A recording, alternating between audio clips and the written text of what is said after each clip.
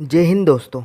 तो स्वागत है आपका अपने चैनल जीडी ज्ञान धर्म में। आज की इस वीडियो में हम सिंधु घाटी सभ्यता के बारे में पढ़ेंगे। इससे पहले हमने 2 वीडियो अपलोड करी है जिसमें इतिहास का पूरा सिलेबस और इतिहास को जानने के स्रोतों के बारे में बताया गया है। तो पहले जाकर आप वो वाली वीडियो देख सकते हैं। जो हम ये वीडियो अपलोड कर रहे हैं यह MPPSC, UPSC और UGC नेट जिसमें भी इतिहास शामिल होता है उन सभी के लिए बहुत ही महत्वपूर्ण वीडियोस है। तो आप इन्हें अंत तक ज़रूर देखें और अपना प्यार ज़रूर दें। इसे ज़्यादा से ज़्यादा लाइक करें, कमेंट करें और शेयर करें। तो ज़्यादा समय बर्बाद न करते हुए वीडियो शुरू करते हैं। हड़प्पा संस्कृति, कांस्ययुगीन सभ्यता।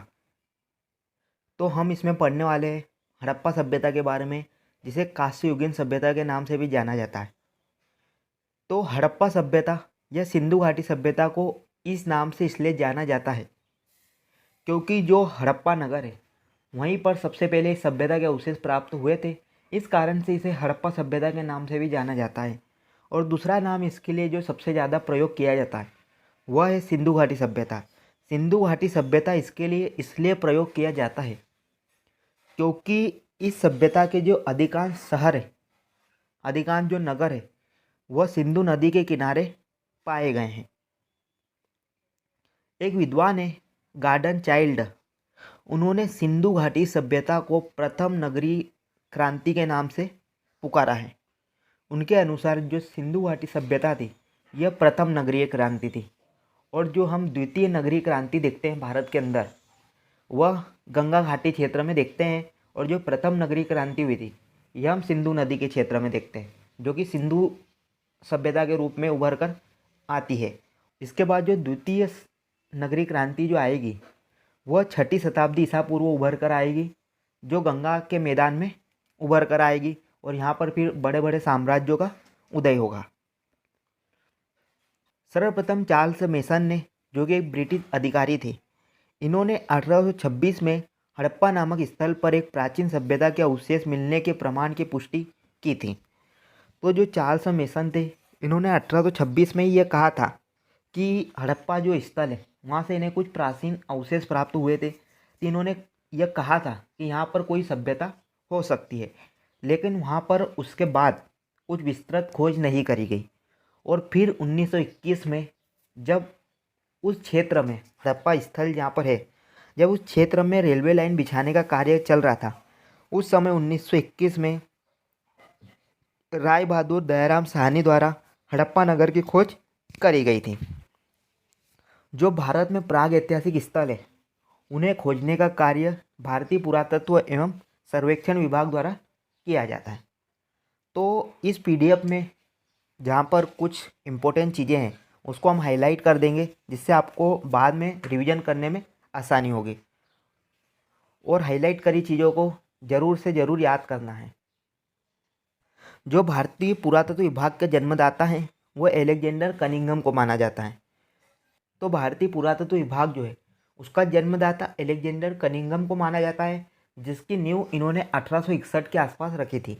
लेकिन जो भारतीय पुरातत्व विभाग के जो स्थापना का श्रेय दिया जाता है वह वायसराय लॉर्ड कर्जन को दिया जाता है। इन्हीं के कार्यकाल में भारतीय पुरातत्व विभाग को मान्यता प्राप्त हुई थी। 1921 में भारतीय पुरातत्व विभाग के जो निदेशक थे, महानिदेशक, वह थे जॉन मार्शल। और इन्हीं के निर्देशन में राय बहादुर दयाराम साहनी द्वारा 1921 में हड़प्पा नगर और 1922 में राखलदास बनर्जी द्वारा मोहनजोदड़ो की खोज करी गई। तो अब हम देखेंगे सिंधु सभ्यता के निर्माता। तो सिंधु सभ्यता के निर्माता कौन थे, यह सवाल सभी के मन में उठता है कि वो लोग कौन थे, कहाँ से आए थे, क्या वो यहीं के निवासी थे। तो मूलतः देखा जाए तो सिंधु घाटी सभ्यता के निर्माताओं में 4 प्रकार की प्रजातियों ने अपना योगदान दिया था। पहली प्रजाति जो उस समय थी वो थी प्रोटो ऑस्ट्रेलाइट। यह सिंधु क्षेत्र की प्रथम प्रजाति इन्हें माना जाता है और यह वर्तमान समय में मध्य भारत में ST व SC के रूप में विद्यमान है। यहाँ पर जो दूसरी प्रजाति थी वो थी भूमध्य सागरी। सर्वमान्य मत इस प्रजाति को सभ्यता का निर्माता माना गया है, जो कि दक्षिण भारत में पाई जाती है। तो जो भूमध्य सागरीय प्रजाति है उसे इस सभ्यता का निर्माता माना गया है। मतलब जो सिंधु सभ्यता थी उसके निर्माण में जो महत्वपूर्ण योगदान था वह इसी प्रजाति द्वारा दिया गया था। भूमध्य सागरीय प्रजाति के जो लोग थे इन्होंने सिंधु घाटी सभ्यता के निर्माण में सबसे ज़्यादा अपना योगदान दिया था। तीसरी प्रजाति थी मंगोलाइड। ये प्रजाति विशेष हिमालयी क्षेत्रों में वर्तमान में निवास करती हैं, जैसे कि म्यांमार, भारत म्यांमार सीमांत क्षेत्र, चटगांव पहाड़ी, सिक्किम असम क्षेत्र। तो इन लोगों ने भी अपना कुछ न कुछ योगदान दिया ही होगा। अल्पाइन यह चौथी प्रजाति है और यह विशेषतः वर्तमान समय में सिंधु प्रदेश, गुजरात, महाराष्ट्र, कर्नाटक, तमिलनाडु में पाए जाते हैं। तो ये 4 प्रकार के प्रजातियां थी जिन्होंने सिंधु सभ्यता के निर्माण में अपना योगदान दिया था। अब हम देखेंगे सभ्यता का नामकरण कि सिंधु घाटी सभ्यता को और किन किन नामों से जाना जाता है। हड़प्पा सभ्यता, जो सिंधु घाटी सभ्यता या हड़प्पा सभ्यता है उसे हड़प्पा सभ्यता से जाना जाता है और यह इसके लिए सबसे ज़्यादा प्रयोग किया जाने वाला शब्द है। सबसे पहले इसी नगर की खोज करी गई थी और इसकी खोज किसने करी थी? इसकी खोज 1921 में राय बहादुर दयाराम साहनी द्वारा करी गई थी और यह वर्तमान में पाकिस्तान में स्थित है, रावी नदी के किनारे। तो ये चीज़ें हमें हड़प्पा के बारे में तो बिल्कुल याद रखनी ही है। दूसरा है सिंधु सभ्यता। हड़प्पा सभ्यता को सिंधु सभ्यता के नाम से भी जाना जाता है क्योंकि इसके जो प्रमुख हमें नगर मिले हैं वो सिंधु नदी के किनारे प्राप्त हुए हैं। लेकिन जो फिर बाद में जो नगर प्राप्त हुए उनके कारण फिर ये जो नाम है ये ज़्यादा उपयुक्त नहीं बैठ पाता है। सिंधु सरस्वती सभ्यता, जो हड़प्पा सभ्यता है उसे एक और अन्य नाम सिंधु सरस्वती सभ्यता के नाम से भी जाना जाता है क्योंकि हड़प्पा का जो मुख्य क्षेत्र था वो सिंधु घाटी नहीं बल्कि सरस्वती तथा उसकी सहायक नदियों का क्षेत्र था जो सिंधु व गंगा के बीच स्थित था। इसलिए कुछ विद्वान इसे सिंधु सरस्वती सभ्यता भी कहते हैं। जो हड़प्पा सभ्यता के जो प्रमुख नगर जो प्राप्त हुए हैं वो सिंधु और जो सरस्वती नदी है इनके मध्य में प्राप्त हुए हैं और अगर देखा भी जाए तो ज़्यादा से ज़्यादा शहर इसी 2 नदियों के बीच में स्थित है। इस कारण से इसे सिंधु सरस्वती सभ्यता के नाम से भी जाना जाता है। अगला है कांस्ययुगीन सभ्यता। सिंधु घाटी सभ्यता का एक अन्य नाम कांस्ययुगीन सभ्यता भी है, जैसे कि हमने इस टॉपिक के शीर्षक में पढ़ा था कांस्ययुगीन सभ्यता। तो सिंधु घाटी सभ्यता को कांस्ययुगीन सभ्यता इसलिए कहा जाता है क्योंकि सिंधु वासियों ने कांसा नामक मिश्र धातु का निर्माण किया था। इन्होंने तांबा और टीन को मिलाकर कांसा नामक मिश्र धातु बनाई थी।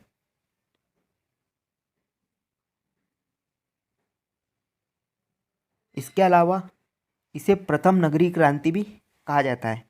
जो प्रोफेसर गार्डन चाइल्ड थे इन्होंने इस सभ्यता को प्रथम नगरीय क्रांति के नाम से भी पुकारा है क्योंकि भारत में अगर देखा जाए तो नगरों का उदय इसी समय पर देखा गया है। काल निर्धारण, कार्बन डेटिंग C14 जैसे नवीन विश्लेषण पद्धति के द्वारा हड़प्पा सभ्यता की तिथि 2500 से 1750 ईसा पूर्व माना गया है, जो सर्वाधिक मान्य है। रेडियो कार्बन C14 तकनीक के अनुसार सिंधु सभ्यता की तिथि 2350 ईसा पूर्व से 1750 ईसा पूर्व मानी गई है। तो जो काल निर्धारण की एक तिथि आती है C14 कार्बन रेडियो कार्बन तिथि निर्धारण, तो इसके द्वारा जो सिंधु सभ्यता का काल निर्धारित किया गया है कि इसका कार्यकाल क्या था, तो सबसे उपयुक्त जो हमारे पास इसका कार्यकाल निकल कर आया है, सबसे मान्य जो आया है वो है 2350 ईसा पूर्व से लेकर 1750 ईसा पूर्व तक, जिसके बारे में हम आगे पढ़ेंगे। तो हमने सिंधु घाटी सभ्यता का नामकरण और इसके निर्माता के बारे में पढ़ लिया है। अब हम देखेंगे कि सिंधु घाटी सभ्यता का जो काल है सबसे ज़्यादा उपयुक्त काल 2350 से लेकर 1750 ईसा पूर्व माना जाता है। लेकिन अनेक ऐसे विद्वान हैं जिन्होंने इसका काल निर्धारण अपने हिसाब से किया है, अनेक उन्होंने मत दिए हैं। तो अब हम विभिन्न इतिहासकारों द्वारा जो उनके मत दिए गए हैं वो पढ़ेंगे। तो 2000 से लेके 1500 ईसा पूर्व जो फेयर सर्विस नाम के जो विद्वान थे उन्होंने कहा है कि इस सभ्यता का जो कार्यकाल था वो 2000 से लेके 1500 ईसा पूर्व तक था। डीपी अग्रवाल अगले जो विद्वान है वो है डीपी अग्रवाल, और इनके अनुसार इस सभ्यता का कार्यकाल 2300 से 1750 ईसा पूर्व तक था। जो हमने सिंधु सभ्यता का जो सर्वाधिक मान्य कार्यकाल देखा 2350 ईसा पूर्व से लेकर 1750 ईसा पूर्व, वह इसी के आसपास हमें देखने को मिलता है। तो जो डीपी अग्रवाल द्वारा जो कार्यकाल प्रस्तुत किया गया है ये सर्वाधिक मान्य कार्यकाल है। अगले विद्वान है सीजे गेट। इन्होंने इस सभ्यता का कार्यकाल 2300 से लेके 1700 ईसा पूर्व तक बताया है। अगले हैं मार्टिमर व्हीलर। इन्होंने इस सभ्यता का कार्यकाल 2500 से लेके 1500 ईसा पूर्व बताया है। अगले हैं अर्नेस्ट मेके। इन्होंने इस सभ्यता का कार्यकाल 2800 से लेके 2500 ईसा पूर्व तक बताया है। अगले हैं डेल्स। इन्होंने इस सभ्यता का कार्यकाल 2900 से लेकर 1900 ईसा पूर्व तक बताया है। अगले हैं जॉन मार्शल। इन्होंने इस सभ्यता का कार्यकाल 3250 से लेकर 2750 ईसा पूर्व तक बताया है। माधव स्वरूप वत्स। इन्होंने इस सभ्यता का कार्यकाल 3500 से लेकर 2700 ईसा पूर्व तक बताया है। तो ये थे विभिन्न विद्वानों द्वारा जो सिंधु घाटी सभ्यता का जो कार्यकाल निर्धारित किया गया है। तो जो स्पेशल जो यूजीसी नेट इतिहास से जो तैयारी कर रहे हैं उन्हें इनके बारे में याद रखने की ज़रूरत है, क्योंकि हो सकता है कि भविष्य में कभी मैच द फॉलोइंग में ये दे दिए जाए कि किस विद्वान ने क्या काल निर्धारण किस चीज़ का किया है। अक्सर यूजीसी ऐसे प्रश्न पूछता भी है।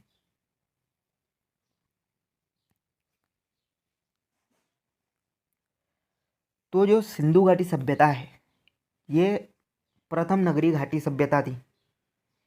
तो सिंधु सभ्यता का काल देखेंगे, जैसे कि सिंधु घाटी सभ्यता एकदम से अपने नगरीय स्वरूप में नहीं आई होगी।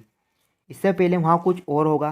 पहले ऐसे गांव होंगे, गांव बने होंगे, फिर वो धीरे धीरे विकसित हुए होंगे। वहाँ पर व्यापार बढ़ा होगा, उन लोगों की आर्थिक स्थिति मजबूत हुई होगी।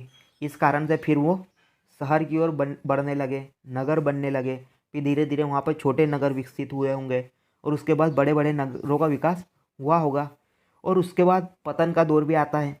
जब कोई सभ्यता अपने पीक पर पहुँच जाती है उसके बाद वो सभ्यता गिरने भी लगती है, उसका डिक्लाइन भी प्रारंभ हो जाता है, पतन शुरू हो जाता है।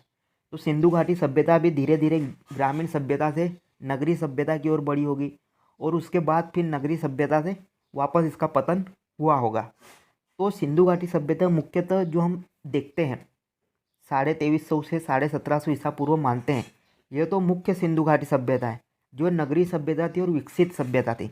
लेकिन इसके पहले भी कुछ हुआ होगा और इसके बाद में भी कुछ हुआ होगा। तो हम सिंधु घाटी सभ्यता का काल निर्धारण 3 भागों में करते हैं। पहला है सिंधु हड़प्पा काल। सिंधु हड़प्पा काल का जो कार्यकाल था वो 3500 से लेकर 2600 ईसा पूर्व माना जाता है। और इस सभ्यता का जो पहले का काल था, मतलब 3500 से पहले का जो कार्यकाल था, लगभग 5000 ईसा पूर्व का जो समय था वह नवपाषाण काल के अंतर्गत आता था। तो सिंधु हड़प्पा काल जो है वो 3500 से लेकर 2600 ईसा पूर्व तक था। और इस समय ग्रामीण सभ्यता हुआ करती थी। और इस समय जो प्रमुख ग्राम वगैरह जो थे वो था कोटदीजी, दम्बसादात, आमरीनाल, सिसवल। तो यह प्रमुख हड़प्पा स्थल भी हो गए और उस समय ये गांव से नगरों के ओर विकसित हो रहे होंगे। और फिर अगला स्तर आता है परिपक्व हड़प्पा काल। यह 2600 से 1900 ईसा पूर्व तक था। जो हमने सिंधु घाटी सभ्यता का जो कार्यकाल देखते हैं 2350 से लेके 1750 ईसा पूर्व, वो परिपक्व हड़प्पा काल के अंतर्गत ही आता है। क्योंकि इस समय जो ग्रामीण सभ्यता थी वो नगरीय सभ्यता में बदल गई थी। मतलब ग्राम अब पूर्ण रूप से नगर बन गए थे, नगरों का विकास हो गया था, बड़े बड़े नगर इस समय उभर कर आ गए थे। तो परिपक्व हड़प्पा काल जो है वो 2600 से 1900 ईसा पूर्व माना जाता है। और इस समय के जो प्रमुख स्थल है वो है हड़प्पा, मोहनजोदड़ो, चहूदड़ो, लोथल, कालीबंगा और बनावली आदि शहर। तो ये इस समय के प्रमुख नगर थे। जो अगला स्तर आता है जहाँ पर अब ये सभ्यता पतन की ओर जा रही होगी, वह है उत्तर हड़प्पा काल, जो कि 1900 से लेकर 1300 ईसा पूर्व तक मानी जाती है। और इस समय के जो प्रमुख शहर या जो स्थल कहे वो थे रोजदी, जो कि गुजरात में स्थित है, और राखीगढ़ी, जो कि हरियाणा में। तो इस समय सिंधु सभ्यता जो है वो पतन की ओर बढ़ रही थी। और इसके बाद भारत में हम आर्य सभ्यता या वैदिक सभ्यता देखते हैं, जिसका कार्यकाल 1500 ईसा पूर्व से माना जाता है। तो सिंधु घाटी सभ्यता 3 काल चरणों में विकसित हुई थी। एक पहला सिंधु हड़प्पा काल था, दूसरा था परिपक्व हड़प्पा काल, और तीसरा था उत्तर हड़प्पा काल। अब हम देखेंगे सिंधु घाटी सभ्यता का आकार, इसका भौगोलिक विस्तार। तो जो सिंधु घाटी सभ्यता थी, हड़प्पा सभ्यता, यह त्रिभुजाकार थी, मतलब ट्रायंगल शेप में फैली हुई थी। यह भारत, पाकिस्तान और अफगानिस्तान क्षेत्र में फैली हुई थी। और इसका कुल क्षेत्रफल लगभग 12,99,600 वर्ग किलोमीटर के आसपास, मतलब 13 लाख वर्ग किलोमीटर के आसपास था। जो ये सभ्यता थी, यह उत्तर से दक्षिण 1400 किलोमीटर और पूर्व से पश्चिम 1600 किलोमीटर में फैली हुई थी। तो अब हम देखेंगे हड़प्पा के 4 भौगोलिक स्थल। जो हड़प्पा सभ्यता थी, इसके जो त्रिभुजाकार में ये फैली थी, तो इसके जो 4 भौगोलिक स्थल होंगे, जो सर्वाधिक पश्चिमी स्थल होगा, तो सर्वाधिक पूर्वी स्थल भी होगा, सर्वाधिक उत्तरी स्थल और सर्वाधिक दक्षिणी स्थल। तो इनके जो 4 कोनों पे जो 4 आखिरी के स्थल थे, उनके बारे में देखेंगे। तो मांडा, जो मांडा है, यह इस सभ्यता का सर्वाधिक उत्तरी स्थल था, जो कि जम्मू कश्मीर में चेनाब नदी के किनारे अखनूर जिले में स्थित है। इसका उत्खनन कार्य 1982 में 1982 में जगपत जोशी व मधुबाला ने किया था। तो हमें मांडा के बारे में कुछ 2-3 चीज़ें याद रखनी है। पहली चीज़, यह इस सभ्यता का सर्वाधिक उत्तरी स्थल है, जो कि जम्मू कश्मीर में चेनाब नदी के किनारे स्थित है। अगली चीज़, इसकी खोज 1982 में जगपत जोशी व मधुबाला द्वारा करी गई थी। अगला स्थल है आलमगीरपुर। जो आलमगीरपुर है, यह सिंधु घाटी सभ्यता का सर्वाधिक पूर्वी स्थल था, जो कि उत्तर प्रदेश के अंतर्गत आता है। यह उत्तर प्रदेश में मेरठ जिले में हिंडन नदी, जो कि यमुना की सहायक नदी है, उसके किनारे पर स्थित था।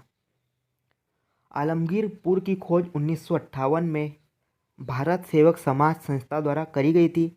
और इसका जो उत्खनन कार्य है, इसमें जो खुदाई कार्य है, वो यज्ञदत्त शर्मा द्वारा किया गया था। अगला शहर है दाइमाबाद। दाइमाबाद महाराष्ट्र में स्थित है। महाराष्ट्र के अहमदनगर जिले में पौरा नदी के किनारे स्थित है। यह इस सभ्यता का सर्वाधिक दक्षिणी स्थल था। और दैमाबाद सिर्फ एक हड़प्पा स्थल नहीं था, यह ताम्र पाषाण स्थल भी था। जो ताम्र युगीन सभ्यता है, उस समय भी दैमाबाद अवस्थित था। यहाँ से तांबे का रथ प्राप्त हुआ है, और यहाँ से एक मानव समाधान का साक्ष्य भी प्राप्त हुआ है। यह युवा पुरुष का शव है। यहाँ से जो समाधान प्राप्त हुआ है, उसमें जो शव प्राप्त हुआ है, वह एक युवा पुरुष का है, और शव को दक्षिण दिशा में लेटाया हुआ है। मतलब शव का जो मस्तिष्क है उत्तर दिशा में, वह जो पैर है वह दक्षिण दिशा में है। तो इससे हमें उस समय समाधान की जो पद्धति है कि शव को दफनाया जाता था, वो उसे किस दिशा में दफनाया जाता था, इसके बारे में भी जानकारी प्राप्त होती है। दैमाबाद ही सिंधु घाटी सभ्यता का सबसे दक्षिणी स्थल हुआ करता था। अगला स्थल है सुक्ता गेंडोर। सुक्ता गेंडोर वर्तमान समय में पाकिस्तान के बलूचिस्तान प्रांत में स्थित है। इसकी खोज 1927 में मार्क आर.एल. स्टाइन द्वारा करी गई थी, और यह दास्क नदी के किनारे स्थित है। यह सिंधु घाटी सभ्यता का सर्वाधिक पश्चिमी स्थल है। तो हमने सिंधु घाटी सभ्यता का विस्तार देख लिया है। अब हम इस मैप में एक बार फिर से इसका रिवीजन कर लेते हैं कि सिंधु घाटी सभ्यता जो है वह आकार में त्रिभुजाकार में फैली हुई थी। यह भारत, पाकिस्तान और अफगानिस्तान में फैली हुई थी। इसका कुल क्षेत्रफल 12,99,600 वर्ग किलोमीटर था। इसकी उत्तर से दक्षिण लंबाई 1400 किलोमीटर व पूर्व से पश्चिम लंबाई 1600 किलोमीटर के आसपास थी। हड़प्पा सभ्यता का जो सर्वाधिक उत्तरी स्थल था वह मांडा था, जो जम्मू कश्मीर में चेनाब नदी के किनारे स्थित था। इस सभ्यता का सर्वाधिक पूर्वी स्थल आलमगीरपुर, जो कि उत्तर प्रदेश में हिंडन नदी के किनारे स्थित है। इस सभ्यता का सर्वाधिक दक्षिणी स्थल देमाबाद है, जो कि महाराष्ट्र में गोदावरी की सहायक नदी पौरा नदी के किनारे स्थित है। इस सभ्यता का सर्वाधिक पश्चिमी स्थल सुक्ता गेंडोर है, जो कि बलूचिस्तान प्रांत में दास्क नदी के किनारे पर स्थित है। यहाँ पर हमें एक याद रखने जैसा साक्ष्य दिया गया है। हुलास, जो हुलास शहर है, हुलास जो नगर के जो अवशेष मिले हैं उत्तर प्रदेश के सहारनपुर जिले में है। यहाँ से गेहूँ की खेती के साक्ष्य मिले हैं। तो हुलास से ही हमें गेहूँ की खेती के साक्ष्य भी प्राप्त हुए हैं। तो हमने सिंधु घाटी सभ्यता के भौगोलिक स्तर, उसका विस्तार पढ़ लिया है, उसका काल पढ़ लिया है, सिंधु घाटी सभ्यता का नामकरण देख लिया और सिंधु सभ्यता के निर्माताओं के बारे में पढ़ लिया है। अब हम देखेंगे रेडियो कार्बन 14 निर्धारण विधि की जो C14 कार्बन निर्धारण तिथि होती है वो क्या होती है। सभी सजीव वस्तु में एक प्रकार का रेडियोधर्मी कार्बन होता है जिसे कार्बन 14 कहते हैं। कार्बन डेटिंग प्रणाली का विकास बिलार्ड फ्रैंक लिब्बी द्वारा 1940 में किया गया था। इनको 1960 में इस खोज के लिए नोबेल पुरस्कार प्रदान किया गया था। तो जो कार्बन 14 टेक्निक जो है उससे काल निर्धारण या कार्यकाल पता किया जाता है कि यह जिस चीज़ के बारे में बात हो रही है ये कितनी पुरानी है। जितनी भी सजीव चीज़ें होती है, सजीव वस्तुएं जो होती हैं, उनमें एक रेडियोधर्मी कार्बन पाया जाता है जिसे C14 कहा जाता है। तो सभी सजीव चीज़ों में C14 कार्बन पाया जाता है। तो इसी के आधार पर हम किसी भी चीज़ की डेट, उसका पीरियड डिसाइड करते हैं। तो जो कार्बन डेटिंग प्रणाली है इसका जो विकास है या इसकी जो खोज है वह बिलार्ड फ्रैंक लिब्बी द्वारा 1940 में किया गया था और इनके इसी कार्य के कारण इन्हें 1960 में नोबेल प्राइज़ भी दिया गया था। जीवित अवस्था में मनुष्य, पशु पक्षी व पौधे वायुमंडल से कार्बन 14 लेते हैं और उतनी ही मात्रा में रेडियोधर्मिता के कारण उनमें हास्य होते रहता है। मृत होने पर वे नया कार्बन नहीं लेते परंतु उसे एक निश्चित दर से हास्य होते रहते हैं। किसी वस्तु में निहित कार्बन 14 की मात्रा का ज्ञात करने की प्रक्रिया को रेडियो कार्बन 14 निर्धारण विधि या कार्बन डेटिंग कहते हैं। जब मनुष्य, पशु पक्षी, पौधे ये जब जीवित अवस्था में होते हैं तो ये वायुमंडल से कार्बन 14 लेते रहते हैं और ये जितने समय तक रहते हैं तो कार्बन 14 जो उन्होंने लिया हुआ है उसका घिसा होते जाता है, हास्य होते जाता है। तो मृत होने के बाद वो व्यक्ति जो है जिन्होंने पहले कार्बन 14 लिया हुआ है वो मरने के बाद कार्बन 14 नहीं लेते हैं। कार्बन 14 जो तिथि निर्धारण के लिए ज़रूरी है वो उसके बाद नहीं लेते हैं, लेकिन उन्होंने जो पहले वो कार्बन लिया था उसका हास्य लगातार होते रहता है। तो कितना हास्य हुआ इसको देखकर तिथि निर्धारण करी जाती है। जब कोई वस्तु जीवित रहती है तो कार्बन ग्रहण करती है। कार्बन के समस्थानिकों में कार्बन 12 रेडियोधर्मी नहीं होता है जबकि कार्बन 14 रेडियोधर्मी होता है। जीवित पेड़ पौधों व जंतुओं में C12 व C14 दोनों समान अनुपात में पाए जाते हैं। जब पेड़ पौधे व जीव जंतु मर जाते हैं तब C12 की मात्रा यथायथ स्थिर रहती है, लेकिन C14 की मात्रा क्रमशः कम होने लगती है। जब वस्तु निष्प्राण हो जाती है तब इसमें विद्यमान C14 में आई कमी को मापकर उसके समय का निर्धारण किया जा सकता है। यह इसलिए संभव है क्योंकि C14 का आधा जीवन 5,568 वर्षों का होता है। इस प्रकार वस्तु का भार 5,568 वर्षों पहले निष्प्राण हो गई तो उसकी C14 धारिता उस समय की तुलना में आधी रह जाएगी जब तक जीवित थी। जिस वस्तु में C14 की मात्रा जितनी ही कम पाई जाती है वो उतनी ही प्राचीन मानी जाती है। कार्बन डेटिंग से 50,000 वर्ष तक के जीवाश्मों की आयु आसानी से प्राप्त की जा सकती है। इससे पुरानी वस्तुओं की आयु ज्ञात करने के लिए यूरेनियम डेटिंग का प्रयोग किया जाता है।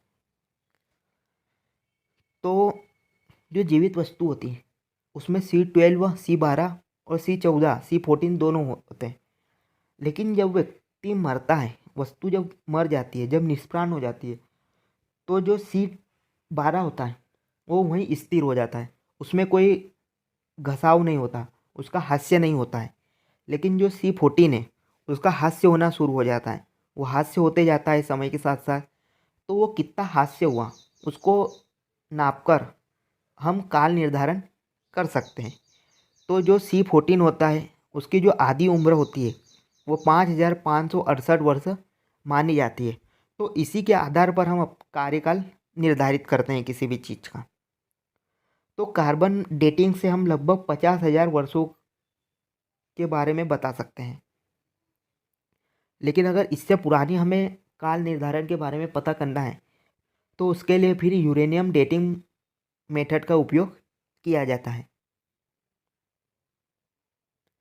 अगर C14 कम है तो ये वस्तु प्राचीन होगी और C14 अधिक है तो ये नवीन वस्तु होगी। अगर हम किसी बॉडी लें या किसी चीज़ के अवशेष प्राप्त हुए हैं जो कि पहले जीवित थे, जैसे किसी की हड्डियाँ, मान लो किसी की हड्डियाँ प्राप्त हुई हैं, हड्डियों के अवशेष प्राप्त हुए हैं, तो उस पर जब हम कार्बन 14 की चेक करेंगे तो अगर कार्बन 14 उसकी मात्रा उसमें कम पाई जाती है तो मतलब ये बहुत पुराने अवशेष है। और अगर उसमें कार्बन 14 की मात्रा ज़्यादा पाई जाती है तो इसका मतलब ये होगा कि ये नए अवशेष है।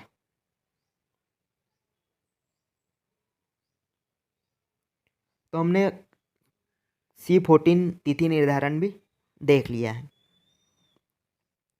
अब हम इसमें देखेंगे नगर विन्यास की पद्धति। जो सिंधु घाटी सभ्यता थे इसमें जो नगर बने हुए थे वो जाल पद्धति, ग्रिड सिस्टम पर आधारित थे।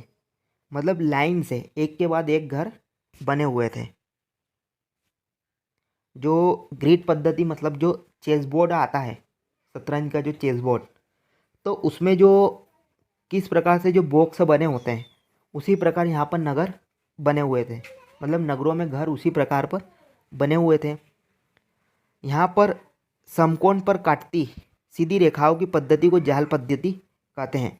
मतलब जो एक दूसरे को ये समकोण पर काटते थे, समकोण मतलब 90 डिग्री पर ये एक दूसरे को काटते थे। ये शतरंज की बिसात के भांति होते थे।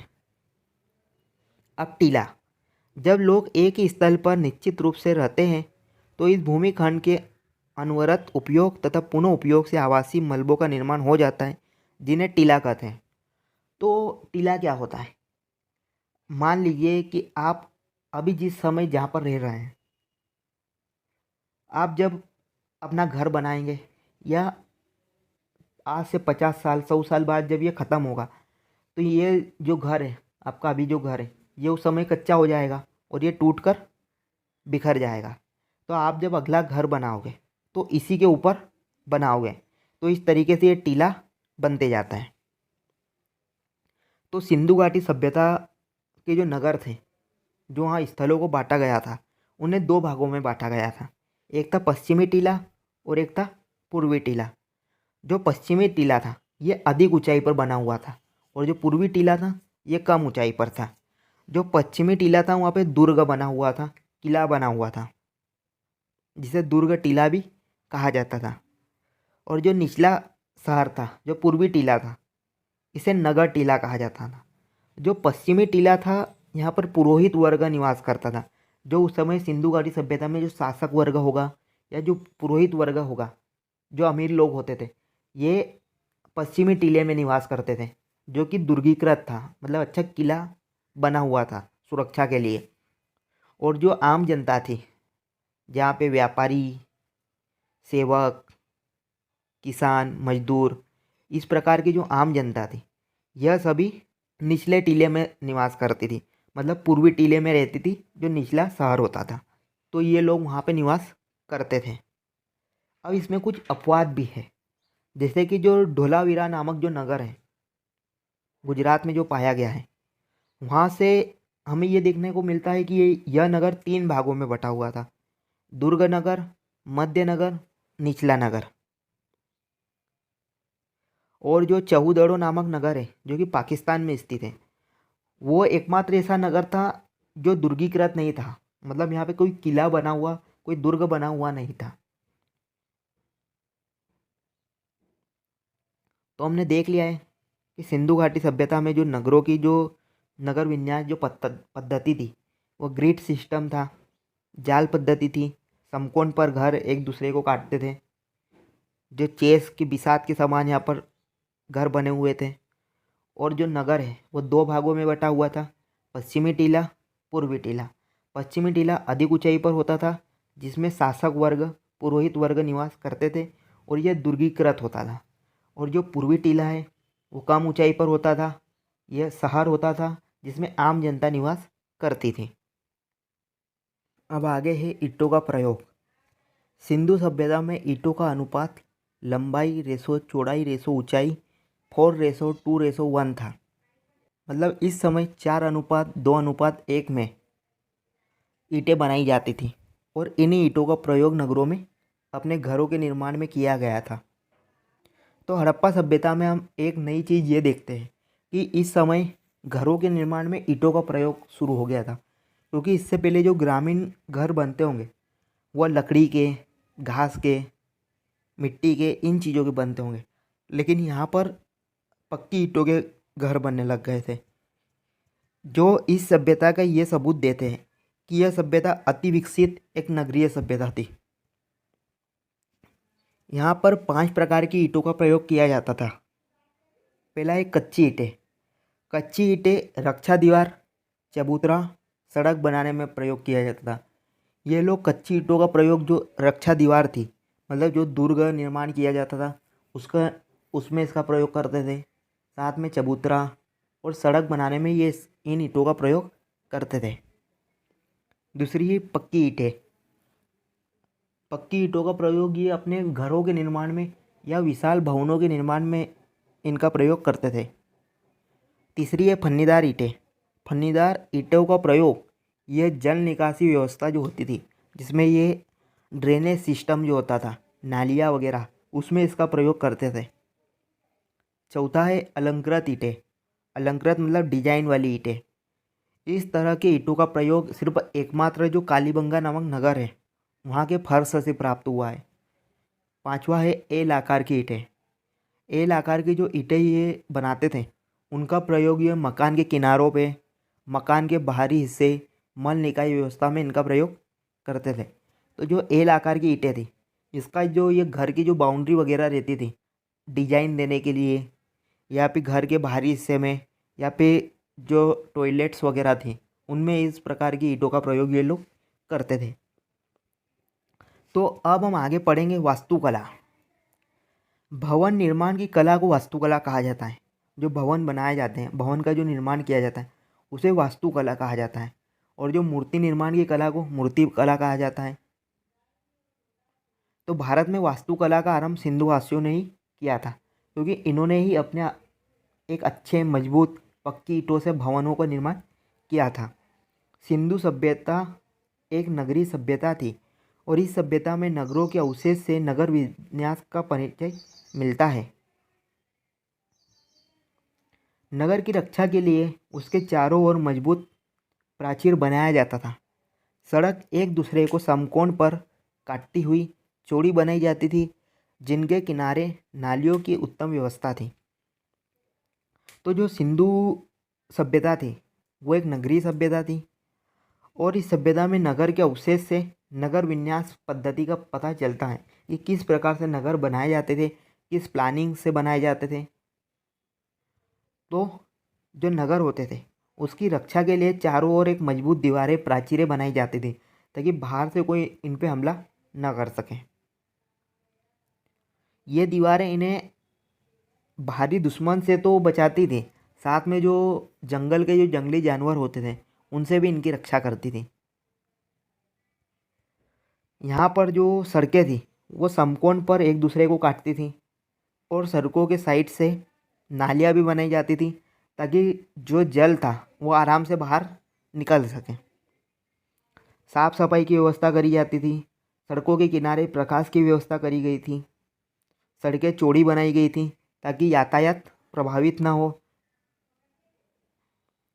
घरों का निर्माण एक सीध में सड़कों के किनारे व्यवस्थित रूप से किया जाता था, जिसके दरवाज़ा गलियों या सहायक सड़कों की ओर खुलते थे। भवन 2 मंजिले भी थे। घरों में कई कमरे, रसोई घर, स्नान घर तथा बीच में आंगन की व्यवस्था भी थी। तो यहाँ पर जो घर बनाए जाते थे वो एक लाइन में एक सीध में बनाए जाते थे और जो घर के दरवाजे थे वो गली या सहायक गली की ओर खुलते थे। यहाँ पर कई घर ऐसे भी मिले हैं जो 1 मंजिल 2 मंजिल के भी मिले हैं। घर में कई कमरे होते थे। घरों में रसोई घर भी बनाया जाता था, स्नान घर भी बनाया जाता था और साथ ही साथ सभी कमरों के बीच में जो घर का बिल्कुल सेंटर पार्ट होता था उसमें आंगन की व्यवस्था भी होती थी। तो अभी हम जो पुराने गांव में जो घर देखते हैं कि बीच में आंगन होता है, वो आइट साइड कमरे होते हैं, लेटरिन बाथरूम होती है। तो इस प्रकार से उस समय भी स्नान घर, कमरे, रसोई घर, आंगन ये सभी चीज़ें बनाई जाती थी।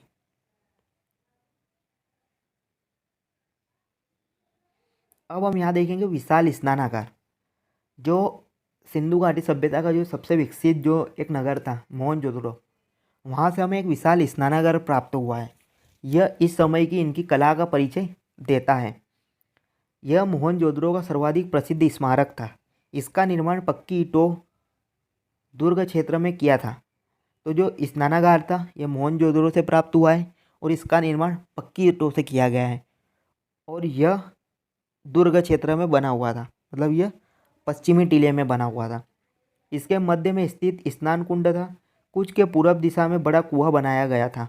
इस विशाल स्नानागार का उपयोग सार्वजनिक रूप से धर्म अनुष्ठान संबंधी स्नान के लिए होता था।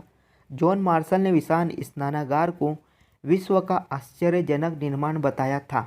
यह जल पूजा का एकमात्र साक्ष्य है।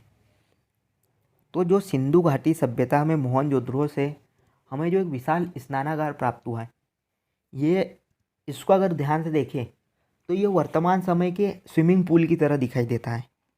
ये जल पूजा के लिए उपयोग किया जाता था। मतलब उस समय कोई जो धार्मिक अनुष्ठान होगा उसके लिए इसका प्रयोग किया जाता था।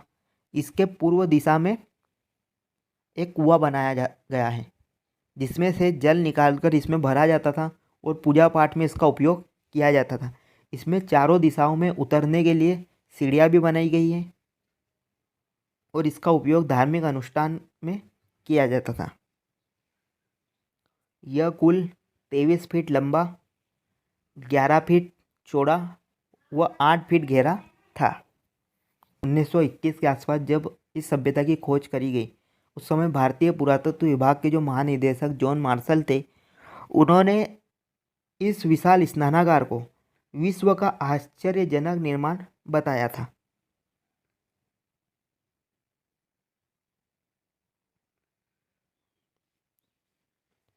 अब हम देखेंगे कृषि।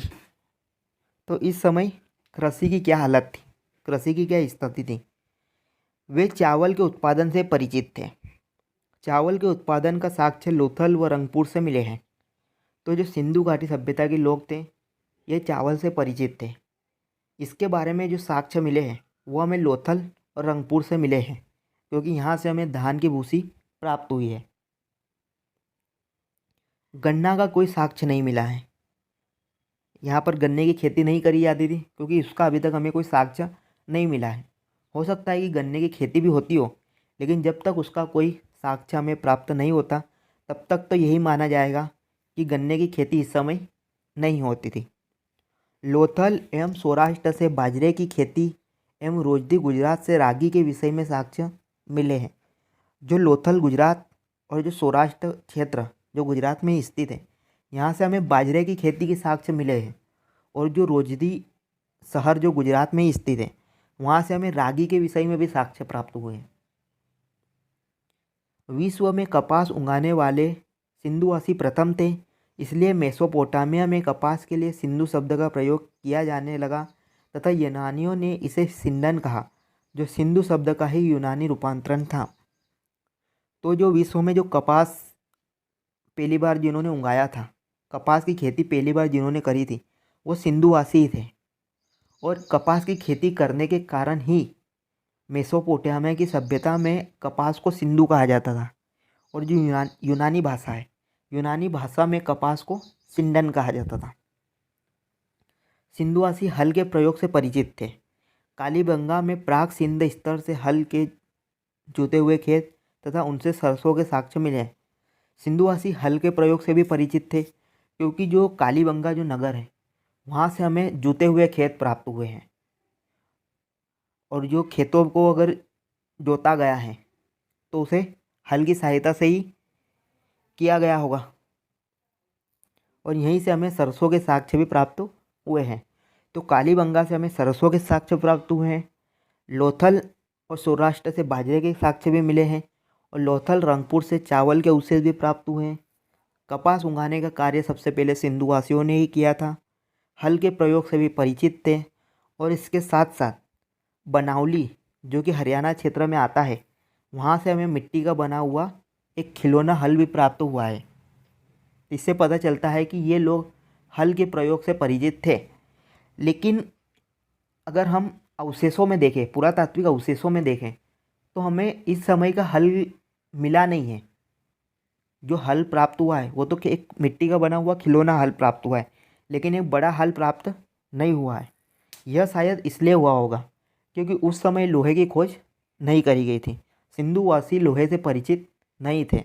तो उस समय जो हल बनाए गए होंगे वो लकड़ी के बनाए होंगे, जो वक्त के साथ अब तक ख़त्म हो गए होंगे।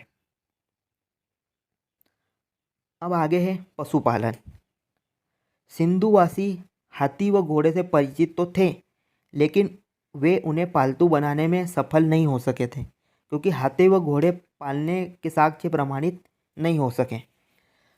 तो सिंधु घाटी सभ्यता में अगर हम देखें तो हाथी और घोड़े दोनों के साक्ष्य हमें प्राप्त हुए हैं। मुद्राओं पर इनका अंकन देखने को मिलता है, मोहरों पर।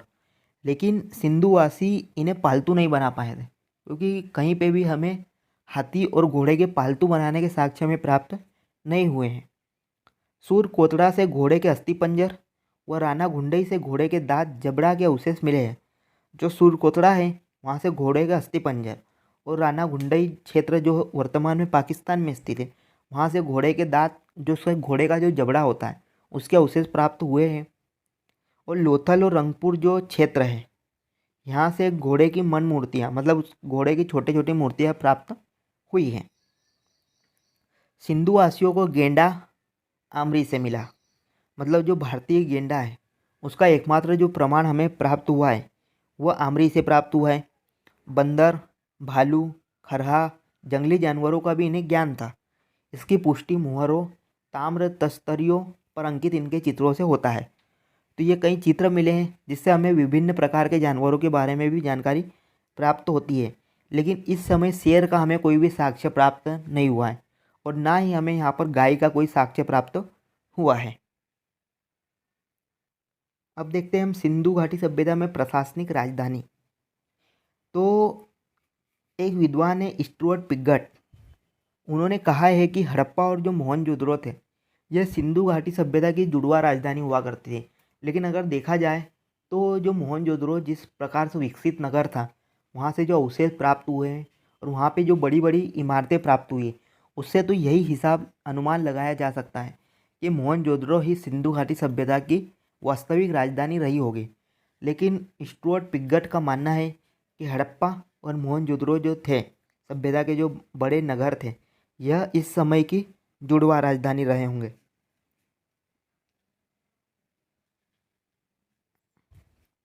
और अरबी शहर मार्टिमर व्हीलर ने हड़प्पा की तुलना मुल्तान से और मोहनजोदड़ो की तुलना मंसूरा से करी है। और कुषाण शहर में अगर देखा जाए तो स्टुअर्ट पिगट ने ही कुषाण शहर की जो तुलना करी है, तो हड़प्पा की तुलना पुरुषपुर, पेशावर और मोहनजोदड़ो की तुलना मथुरा से करी है। स्टुअर्ट पिगट ने हड़प्पा व मोहनजोदड़ो को एक विस्तृत साम्राज्य की जुड़वा राजधानी बताया है। कालीबंगा में भी सिंधु साम्राज्य की तीसरी राजधानी थी। यहाँ लकड़ी से बनी नालियों के अवशेष मिलने थे। तो जो हड़प्पा और मोहनजोदड़ो को जो जुड़वा राजधानी कहा गया है, लेकिन जो कालीबंगा है उसे इस साम्राज्य की, इस सभ्यता की तीसरी राजधानी कहा गया है। और यहाँ से नालियों के अवशेष प्राप्त हुए हैं। हमने कृषि पशुपालन देख लिया है, वास्तुकला देख ली है, नगर विन्यास की पद्धति देख ली है। अब हम देखेंगे व्यापार वाणिज्य कि इस समय किस प्रकार व्यापार था। तो सिंधु सभ्यता में सिक्कों का प्रचलन नहीं था। क्रय विक्रय वस्तु विनिमय बार्टर सिस्टम के माध्यम से ही होता था। किसी भी पूरा स्थल से मुद्रा के प्रमाण नहीं मिले हैं। व्यापारिक वस्तुओं की गांठ पर शिल्पियों व व्यापारियों द्वारा अपनी मुहर की छाप लगाने की प्रथा थी। लोथल से इस तरह की कई मुहरबंदी मिली है। तो जो सिंधु सभ्यता है उस समय मुद्रा का प्रचलन नहीं हुआ था। मतलब मुद्रा थी लेकिन वो मुहर के तौर पर उसका उपयोग किया जाता था। मतलब अगर कोई व्यापारी अपना माल सामान बेच रहा है तो वो उस पर उसकी मुहर लगा देता था, तो जिससे पता चल जाता था कि यह जो सामान आया है यह किस क्षेत्र से आया है, वो किस क्षेत्र में इसको पहुंचाया जाना है। लेकिन इसका प्रयोग लेन देन में नहीं किया जाता था। इसका प्रयोग सील के तरीके से करा जाता था। जिस प्रकार अभी सामान में कोई सील लगाई जाती है उसी प्रकार इन मोहरों का प्रयोग भी सीलिंग व्यवस्था में करा जाता था। लेकिन उस समय लेन देन के लिए जो मेथड यूज़ करी जाती थी, जो प्रोसेस यूज़ करी जाती थी, वो बार्टर सिस्टम, वस्तु विनिमय प्रणाली का प्रयोग ही किया जाता था। किसी भी पूरा स्थल से मुद्रा के साक्ष्य हमें प्राप्त नहीं हुए हैं। लोथल से कई ऐसे मोहरबंदी वाले साक्ष्य हमें प्राप्त हुए हैं। मोहनजोदड़ो से मिट्टी की 2 पहियों वाली खिलौना गाड़ी, कांसे की 2 पहियों वाली खिलौना गाड़ी, चौहदरो से मिट्टी की 4 पहियों वाली खिलौना गाड़ी, लोथल से अल्वेस्टर पत्थर का एक बड़ा पहिया और बनवाली से सड़कों पर बैलगाड़ी के पहिए के निशान मिलते हैं। तो अगर हम पहले पॉइंट को पढ़ें ध्यान से तो पहली चीज़ तो हमें ये पता चलता है कि मुद्रा प्रणाली नहीं थी और लेन देन के लिए ये वस्तु विनिमय प्रणाली का प्रयोग ही करते थे और इनकी अर्थव्यवस्था यहाँ पर विकसित थी। दूसरी चीज़ कि अपने सामान पर व्यापारिक वस्तुओं पर सीलिंग व्यवस्था का प्रयोग करते थे। तो उस समय जब यह सभ्यता इतनी विकसित थी कि उन्होंने सीलिंग व्यवस्था का प्रयोग करते थे, तो इससे ये पता चलता है कि इनका जो व्यापार होगा वो बहुत ज़्यादा विकसित होगा। तभी ये सीलिंग व्यवस्था का उपयोग करते थे और ये अपना व्यापार, अपना वस्तुएं जो होती थी वो देश विदेशों को भी ट्रांसपोर्ट करते थे। और अगले पॉइंट से हमें यह पता चलता है कि इनमें यातायात व्यवस्था किस प्रकार थी, यातायात के क्या साधन थे। तो मोहनजोदड़ो से हमें मिट्टी की 2 पहियों वाली खिलौना गाड़ी मिली है। इससे ये पता चलता है कि गाड़ियाँ बनती थी। 2 पहियों की जो खिलौना गाड़ी मिली है उससे तो इसका अंदाज़ा लगाया जा सकता है कि उस समय यातायात में गाड़ियों का प्रयोग करते थे। कांसे की 2 पहियों वाली खिलौना गाड़ी, कांसे से भी गाड़ी बनाई गई है। चौहदरो से मिट्टी की 4 पहियों वाली खिलौना गाड़ी भी मिली है। उस समय 2 पहियों और 4 पहियों वाली गाड़ी बनाई जाती थी। और लोथल से अल्वेस्टर पत्थर का एक बड़ा पहिया भी मिला है। साथ ही साथ बनवाली की सड़कों पर, बनवाली जो कि हरियाणा में स्थित है, वहाँ की सड़कों पर बैलगाड़ी के चलने के निशान मिले हैं, जो ये सबूत हैं कि उस समय बैलगाड़ी होती थी और उसी के माध्यम से ये लोग अपना सामान एक स्थान से दूसरे स्थान पर पहुँचाया करते होंगे। मोहनजोदड़ो से प्राप्त एक मोहर पर नाव के चित्रांकन और लोथल से प्राप्त मिट्टी निर्मित खिलौना नाव से यह अनुमान होता है कि सिंधुवासी आंतरिक व बाह्य व्यापार से मस्तूल वाली नाव का उपयोग करते थे। तो जो मोहनजोदड़ो से जो नाव के चित्रांकन वाली जो मोहर प्राप्त हुई है, नाव के चित्र वाली जो मोहर प्राप्त हुई है, और जो लोथल से जो हमें एक खिलौना नाव प्राप्त हुई है, तो उससे ये अनुमान लगाया जा सकता है कि ये समुद्र या नदियों के माध्यम से भी व्यापार करते थे। उस समय लकड़ी की जो चप्पे वाली नाव है वो बनाई जाती थी और उसी के माध्यम से ये आंतरिक और इनका जो बाह्य व्यापार था, जो मेसोपोटामिया की सभ्यता से इनका जो संबंध थे, व्यापारिक संबंध थे, उन्होंने उसके माध्यम से ये पूर्ण करते थे। सिंधु सभ्यता के काल में पोत निर्माण व नावों द्वारा समुद्री व्यापार होने की पुष्टि लोथल से प्राप्त गोदीबाड़ा के साक्ष्य से होती है। पश्चिमी भारत और मकरान के तटवर्ती क्षेत्रों में ज्ञात सिंधु सभ्यता की बस्तियां संभवतः समुद्र पारिक व्यापारिक पड़ाव के रूप में स्थित बंदरगाह थीं।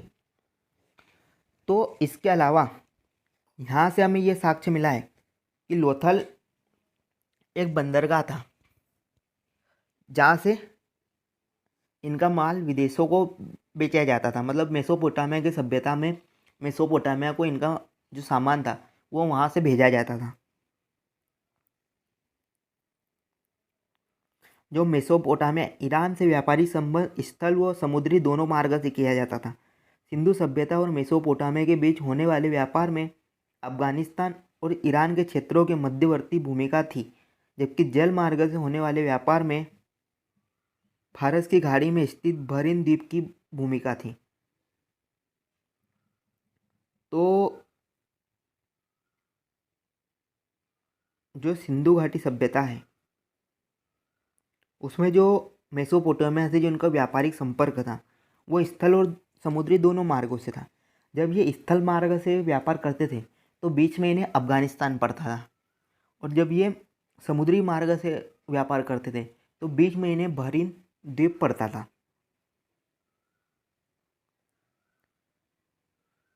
तो इस तरीके से हमने सिंधु घाटी सभ्यता का कृषि, पशुपालन, व्यापार, वाणिज्य देख लिया है। साथ ही हमने इनकी वास्तुकला, नगर विन्यास पद्धति, सिंधु घाटी सभ्यता का काल,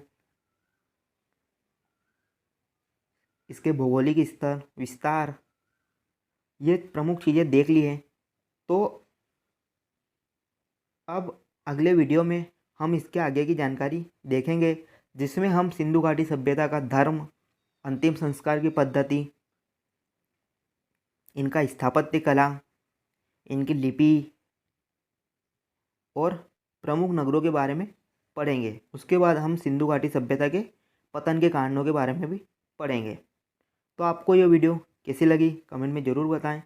वीडियो को लाइक करें, शेयर करें और चैनल को सब्सक्राइब करना बिल्कुल ना भूलें।